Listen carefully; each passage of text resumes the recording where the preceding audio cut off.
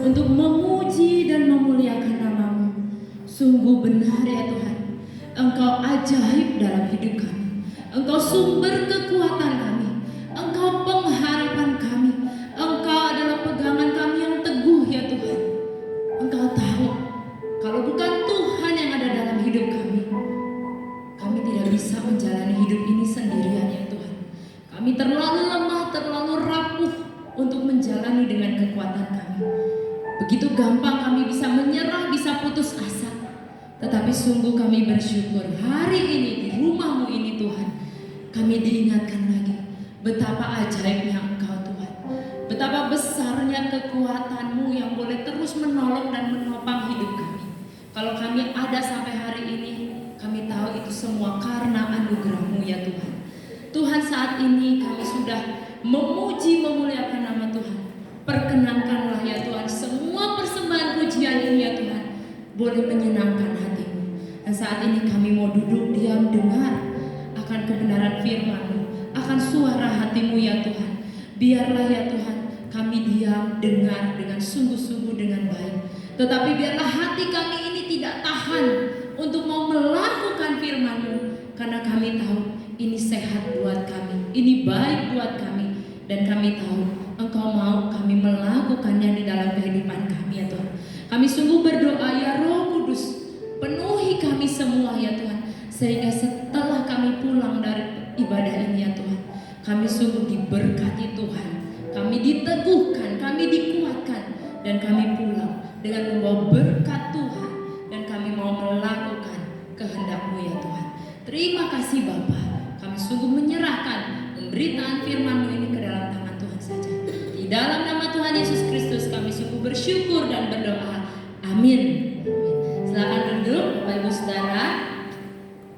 Saya merasa mari kita berikan tepuk tangan terlebih dahulu ya buat para musik dan ibadah yang sudah melayani dengan luar biasa ya, yang sudah membawa kita untuk boleh merasakan hadirat Tuhan, boleh memuji memuliakan Tuhan ya. Sungguh kita bersyukur ya. Sebelumnya saya mau menyapa buat Bapak Ibu Saudara, Shalom. Ya, Shalom. Ya, puji nama Tuhan. Saya sangat bersyukur saya boleh ada di tengah-tengah Bapak Ibu Saudara. Perkenalkan dulu ya saya ini, karena saya baru pertama kali di tempat ini ya. Saya memang kenal diajak ke sini oleh Cesinta ya.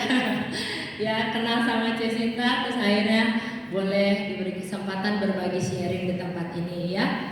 Perkenalkan nama saya Desi ya, saya penginjil Desi Go. Saya ini lahir besar di Bandung Saudara ya. Jadi memang bukan orang Surabaya. Pasti orang Surabaya tulen pasti tahu logat saya bukan logat Surabaya ya. Jadi pasti orang bilang ini dari mana. Nah, nanti waktu sharing firman juga saya mungkin bisa ngomong Sunda-Sundaan gitu ya, karena saya dari Bandung Saudara ya. Saya lahir besar di Bandung. Nah, saya sudah menikah dengan orang Surabaya ya, sesama hamba Tuhan juga. Kami lulusan dari Saat Seminari Alkitab Asia Tenggara di Malang ya. Jadi sebelum ke Surabaya kami ke Malang, tapi sebelumnya ke Bandung gitu pelayanan ya. Nah, saya dan suami saya penginjil Andreas Go gitu. Kami dikaruniai 2 anak, 1 putra, 1 putri, sudah umur 9 tahun dan 7 tahun. Kami melayani di GKA Elion Pregolan Bunder. Nah, deket ya, jadi benar-benar deket, ini saudaraan ya, tetangga ya, sesama saudara Tuhan ya. Ya, sungguh bersyukur bisa kenal saudara-saudara sekalian ya. Nah, saat ini kita mau sama-sama merenungkan firman Tuhan ya. Saya kasih tema firman Tuhan yang akan kita sama-sama renungkan adalah tetap bertahan, terus berjuang. Itu ya. Tadi kita udah dengar, kita udah memuji Tuhan, Allah kita yang hebat itu. Nah, sekarang bagian kita. Kita mau apa? Kepada Allah yang hebat, yang ajaib, yang luar biasa itu, kita mau apa? Ya, Tuhan juga tanya, kita mau lakukan apa dalam hidup kita. Oke, yuk kita baca sama-sama dari Matius 15 ayat 21 sampai ayat yang ke-28. Silakan bagi yang membawa buka Alkitabnya. Matius 15 ayat 21 28. Kita baca bersama-sama ya. Ya, kita baca bagian firman Tuhan ini semuanya bersama-sama. Biar ini seperti satu kisah, jadi kita semua bisa menyimak, kita membaca kisah ini ya. Oke, Matius 15 ayat 21 sampai 28, perempuan Kanaan yang percaya. Demikian firman Tuhan. Mari bersama-sama. Lalu Yesus pergi dari situ dan menyingkir ke daerah Tirus dan Sidon. Maka datanglah seorang perempuan Kanaan dari daerah itu dan berseru, "Kasihanilah aku ya Tuhan, anak Daud, karena anakku perempuan kerasukan setan dan sangat menderita." Tetapi Yesus sama sekali tidak menjawabnya. Lalu murid-muridnya datang dan meminta kepadanya, "Suruhlah ia pergi, ia mengikuti kita dengan berteriak-teriak." Jawab Yesus, "Aku diutus hanya kepada domba-domba yang hilang dari umat Israel." Tetapi perempuan itu mendekat dan menyembah Dia sambil berkata, "Tuhan, tolonglah aku." Tetapi Yesus menjawab, "Tidak patut mengambil roti yang disediakan bagi anak-anak dan melemparkannya kepada anjing." Kata perempuan itu, "Benar Tuhan, namun anjing itu makan remah-remah yang jatuh dari meja tuannya." Maka Yesus menjawab dan berkata kepadanya, "Hai ibu, besar imanmu, maka jadilah kepadamu seperti yang kau kehendaki." Dan seketika itu juga anaknya sembuh. Ya, demikian bacaan firman Tuhan ya. Berbahagialah setiap kita yang membaca, merenungkan dan melakukan firman Tuhan dalam hidup kita. Amin ya. Nah, saudara-saudara, saat ini saya boleh bilang ya, kayaknya Bapak Ibu Saudara juga mungkin pernah udah dengar maksudnya ya. Surabaya itu rasanya seperti sedang berduka. Loh, kenapa berduka? Iya ya, dalam waktu yang gak terlalu lama kita dengar ada 2 anak muda ya, udah dengar pasti ya, 2 anak muda yang mengakhiri hidupnya dengan sendiri gitu. Ya, kita udah dengar. Nah, saudara, waktu kemarin saya dengar ya, waktu yang pertama ya, yang waktu di cewek itu, saya sebenarnya nggak terlalu tahu, udah dengar, aduh ya sedih juga, tapi ya sudah gitu ya. Maksudnya saya nggak terlalu mau baca detail atau apa segala macam gitu ya. Jadi, tapi ya nyiris hati gitu ya. Tapi ya sudah aja ya. Dapat kabar yang pertama. Lalu waktu dapat kabar yang kedua, waduh, saya memang akhirnya benar-benar nggak tahan untuk mengutarakan ekspresi dan perasaannya bahwa waduh, ya mungkin Bapak Ibu sudah dengar ya, ini saudara seiman kita, anak muda ini, dan dia adalah anak hamba Tuhan. Ya, kalau saya kenapa juga sangat lebih bersimpati, berempati sesama rekan hamba Tuhan kami begitu ya. Ini anaknya mengambil tindakan bunuh diri ini. Wah, saudara, saat itu saya sebenarnya nggak kenal pendeta Ronald ya, Ronald Daniel itu. Saya nggak kenal sebenarnya anaknya juga, tapi rasanya kayak nggak familiar, rasanya familiar gitu ya. Akhirnya saya dan suami waktu dengar berita itu ya, kami datang saudara ke Adijasa. Kami datang, kami mau mendengar seperti apa kesaksian dari keluarga, tetapi juga mau mendoakan, mau turut berbagian di dalam duka yang begitu mendalam gitu ya. Nah, saudara, waktu datang ke sana, aduh memang benar banyak, penuh banget itu satu ruangan itu sampai berdiri di luar-luar begitu ya. Mau turut mendoakan, menguatkan keluarga yang sedang ditinggalkan.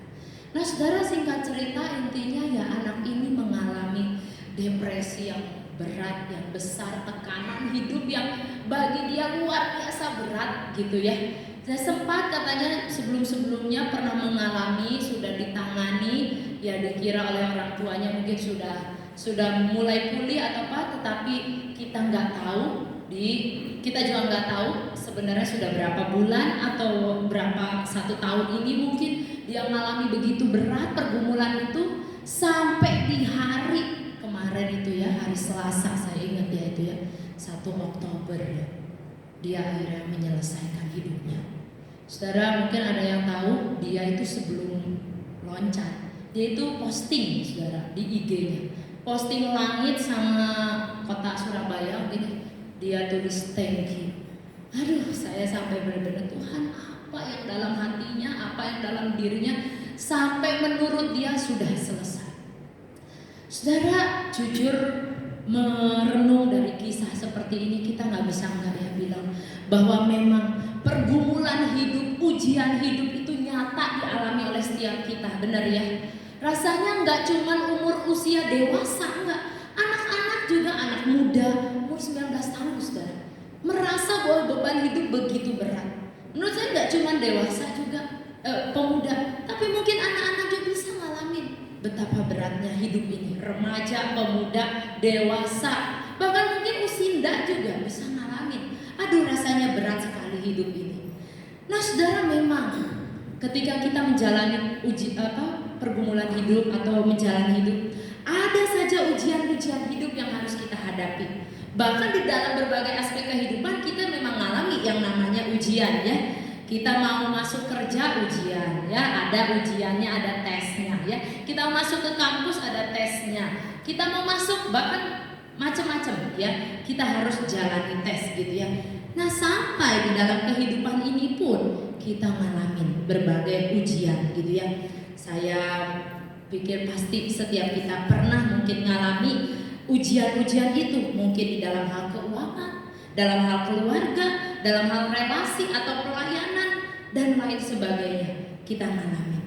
Nah, tapi saudara, pertanyaannya bagaimanakah sikap kita ketika kita menjalani ujian hidup itu? Ya, gimana anak-anak Tuhan itu bisa menjalani ujian iman itu? Kita lihat ada yang berhasil, puji Tuhan, dia berhasil naik kelas, dia berhasil naik kelas. Tapi waktu nggak berhasil, dia game over. Dia nggak mau lagi, dia keluar, dia menyerah, dia putus asa. Saudara, memang ujian hidup itu kadang-kadang bisa ya bikin kita marah sama Tuhan, kecewa sama Tuhan, putus asa, lari dari iman. Nah, itu juga ada, betul saudara ya. Tetapi saudara, saat ini kita mau belajar. Ketika kita dalam pergumulan yang begitu berat, mari saudara, kita datang kepada Tuhan. Kita tujukan iman kita hanya kepada Tuhan. Karena apa?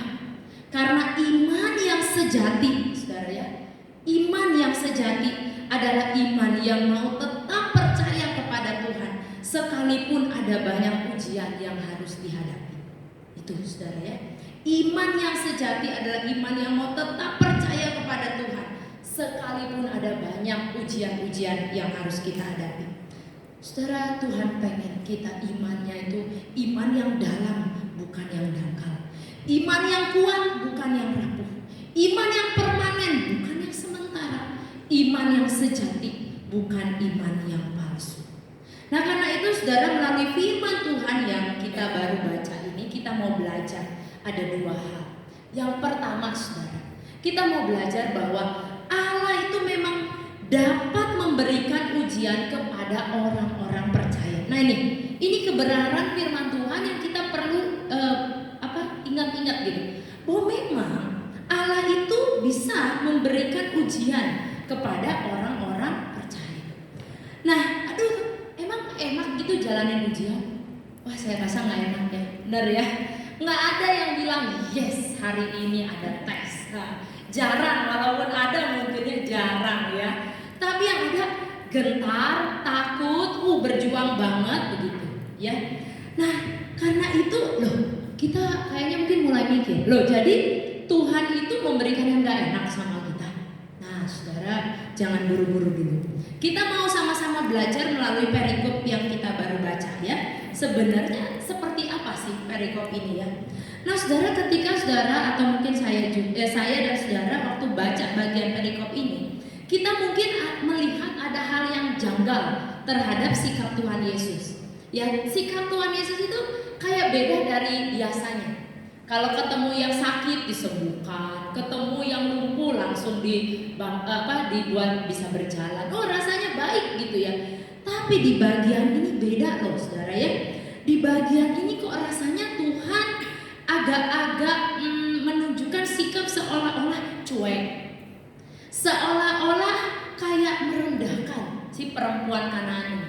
Iya ya, jadi kita lihat sama-sama. Jadi waktu kita baca bagian ini di ayat yang ke-23 ditulis ya, waktu Tuhan Yesus itu, perempuan itu datang Tuhan kasihani aku. Ditulisnya Yesus sama sekali tidak menjawabnya. Ayo loh ya saudara ya, dicuekin, gak enak ya dicuekin ya. Nah, tapi itu yang dicatat oleh firman Tuhan. Nah, terus di ayat yang keberapa lagi?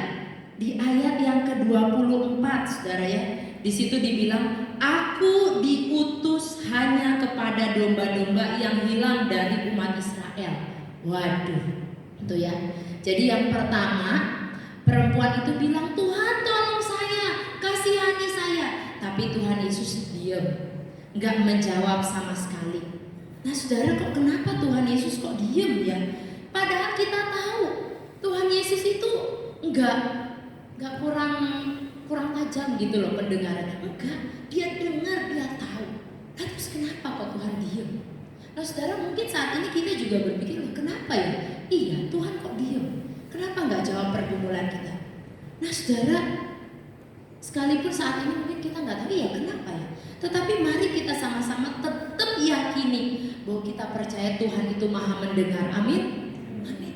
Dia adalah Tuhan Allah yang selalu mendengarkan seru doa kita. Telinganya tidak kurang tajam untuk mendengar seruan kita. Tangannya tidak pernah kurang panjang untuk menolong kita. Dia mendengar, Ia tahu, Ia mengerti setiap hal yang kita alami, kita lakukan. Nah tapi balik lagi, kenapa Tuhan diam ya? Nah kita mau pelajari lebih lanjut lagi. Nah baru yang kedua ini dikatakan waktu dia bilang, Tuhan tolong saya, kasihani saya. Dikatakan Tuhan Yesus mulai ngomong, tapi ngomongnya nggak enak ya, ngomongnya agak-agak nyelekit istilahnya gitu ya. Aku diutus hanya kepada domba-domba yang hilang dari umat Israel.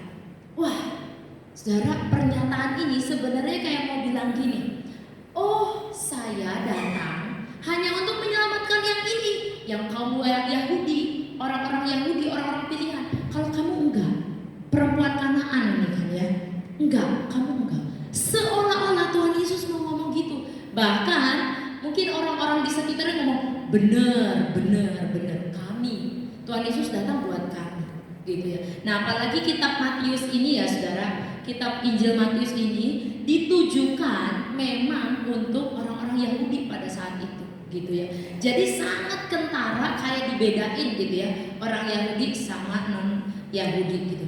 Wah saudara, saat itu saya membayangkan mungkin perempuan Kanaan ini bisa saja kecewa sama Tuhan. Kenapa ya kok Tuhan kayak gini? Dia mungkin mulai bertanya-tanya, inikah Allah yang dikatakan penuh kasih, benar-benar baik, mau menolong? Benar inikah Mesias yang katanya mau menyelamatkan manusia? Inikah? Nah, saudara ya, perempuan Kanaan ini benar-benar mulai merasa mungkin ya, benar gak ini tuh Tuhan yang baik itu? Nah saudara, ini ya janggalnya ya sikap Tuhan Yesus. Kenapa ya? Nah belum sampai di situ saudara, ada lagi yang ketiga, yaitu di ayat yang ke-26. Waktu perempuan itu tetap mendekat ke dia, lalu dia mau menyembah kepada Tuhan Yesus, lalu dibilang, Tuhan tolong aku. Udah 3 kali loh saudara datang bilang, Tuhan tolong aku. Sampai akhirnya Tuhan Yesus bilang ini, tidak patut mengambil roti yang disediakan bagi anak-anak dan melemparkannya kepada anjing. Waduh saudara, ini lebih sarkas lagi. Jadi saudara, kalau kita mau belajar sedikit, orang Yahudi pada waktu itu kan dianggap orang pilihan. Nah yang bukan pilihan itu dianggap apa? Mohon maaf, ini Alkitab yang memang bilang ya, itu anjing. Benar-benar dianggapnya anjing. Firman Tuhan tulis begitu.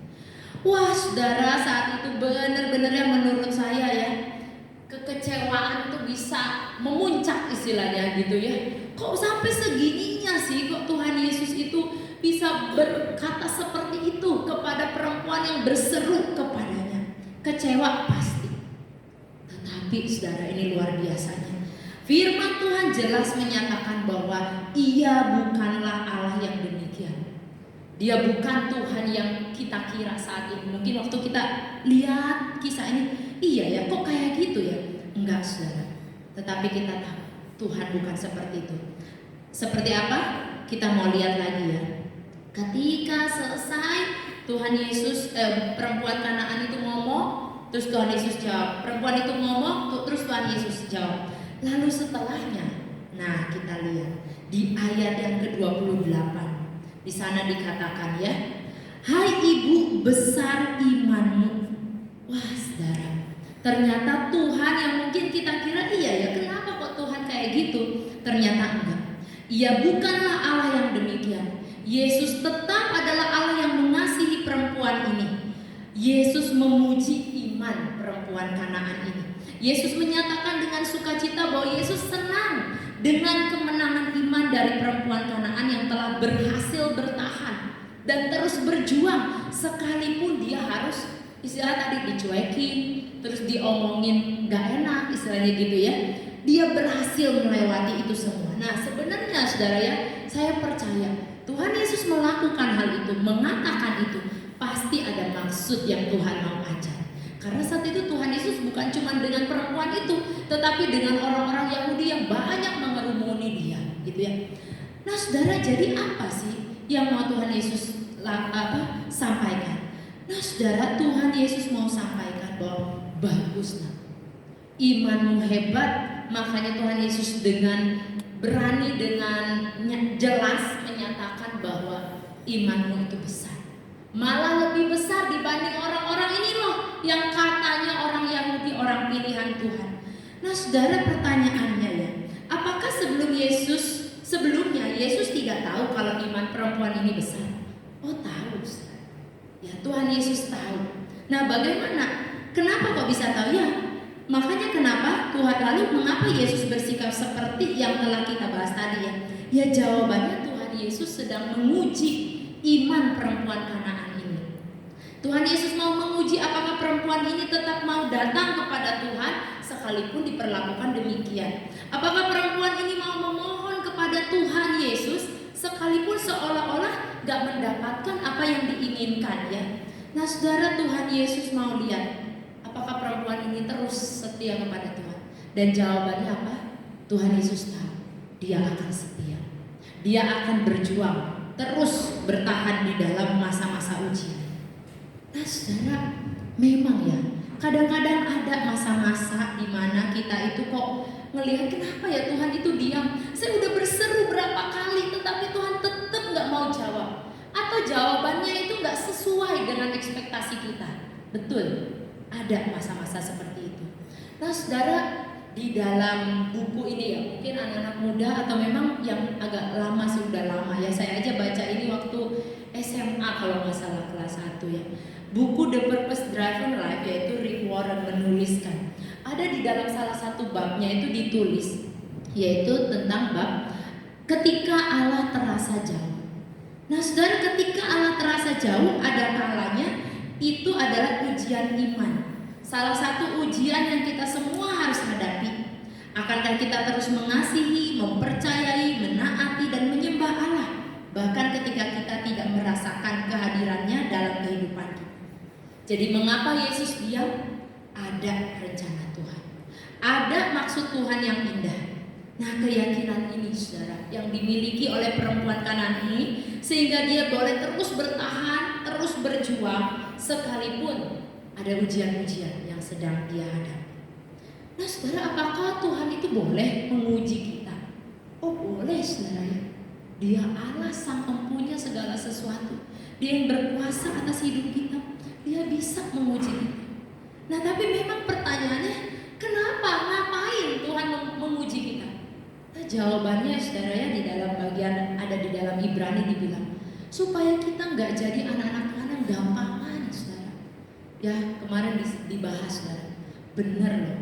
Zaman ini mungkin Bapak Ibu bukan, saya juga bukan generasi, kalau pernah dengar generasi strawberry katanya gitu ya, strawberry. Tapi katanya anak-anak muda zaman sekarang mungkin yaitu di perkuliahan atau di SMA, itu tuh mereka anak-anak strawberry. Dan kita sedang berada di masa strawberry itu. Apa sih maksudnya? Di luarnya kayaknya bagus, wah indah, wah hebat, berhasil, jago ini, jago itu, berprestasi. Tapi waktu dipencet sedikit, benyek, cemek katanya gitu ya. Nah itu, karena apa? Di dalamnya belum tangguh, belum kuat, belum tough gitu ya saudara. Nah ada pergumulan sedikit bisa gampang hancur, bisa gampang remuk gitu. Nah saudara, salah satu kenapa Tuhan menguji setiap kita, supaya kita nggak jadi anak yang gampangan. Tetapi lihat, Tuhan tahu ketika Tuhan menguji setiap kita, itu pasti sesuai dengan kekuatan kita, sesuai dengan kemampuan kita, nggak mungkin melebihi, nggak mungkin. Dan betul saudara, di dalam Alkitab ada banyak tokoh-tokoh Alkitab yang diuji oleh Tuhan. Abraham pernah diuji, serahkan anakmu yang satu-satunya, serahkan kepadaku. Serahkan maksudnya apa? Disembelih saudara. Abraham nggak tahu waktu itu kayak gimana itu ujiannya, tapi dia mau taat. Dia mau bertahan. Dia kayaknya pengen marah, Tuhan kenapa engkau suruh aku lakukan itu? Tapi dia mau taat. Alkitab tulis dia taat. Dia terus berjuang. Belum lagi Yakub pernah bergulat dengan Allah supaya ego kesombongannya dihancurkan. Paulus juga pernah diuji oleh Tuhan, gak dikasih keinginannya. Tuhan ambil duri dalam dagingku. Enggak, kata Tuhan. Cukuplah kasih karuniaku bagimu, supaya dengan itu kamu terus bergantung, berserah penuh padaku. Gak dikasih, saudara ya. Ujian yang Tuhan Yesus berikan. Bahkan Tuhan Yesus sendiri pun pernah mengalami ujian, saudara. Tuhan Yesus mencontohkan teladan agung kita. Dia menjalani, dia bertahan, dia terus berjuang untuk melakukan misi dia. Saudara, saya yakin ujian-ujian iman yang pernah kita alami memang berat, gak mudah saudara ya. Kita membutuhkan Tuhan, tetapi kadang-kadang Tuhan diam. Kita berseru kepada Tuhan, Tuhan tolong saya dengan cara A, B, C. Tapi Tuhan bilang enggak, caranya D, E, F. Nah saudara, memang kita mungkin seringkali kecewa atau enggak ngerti apa sih maksud Tuhan. Tetapi mari saudara kita percaya bahwa Tuhan kita adalah Allah yang penuh kasih. Ketika Dia mengizinkan kita menjalani ujian demi ujian, Tuhan pasti memberikan kekuatan kepada kita, kemampuan untuk menghadapinya. Nah saudara, apalagi setelah Allah itu memberikan ujian kepada kita, Tuhan pengen apa sih dalam hal itu? Nah saudara, yang kedua, jadi kalau kita tadi pertama tahu kebenaran bahwa Allah memang bisa memberi ujian kepada kita. Nah yang kedua, apa sih maksud yang Tuhan mau sampaikan kepada kita? Yaitu Allah mau mendatangkan upah bagi orang-orang yang tahan uji. Ya, di dalam bagian firman Tuhan ini Tuhan mau bilang bahwa Tuhan tuh mau kasih bonus, reward, hadiah buat orang-orang yang tahan uji.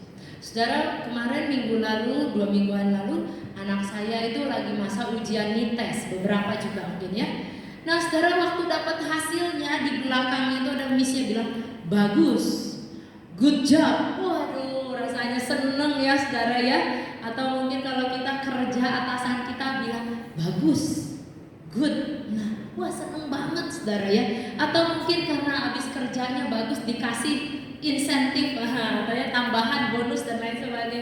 Seneng banget saudara ya. Jadi ketika kita udah dapat upah itu ya, kayaknya jerih lelah kita, aduh seneng banget, sangat dihargai.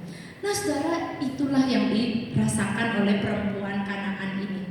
Dia begitu bersuka cita ketika dia mendapati Tuhan Yesus itu menjawab doanya.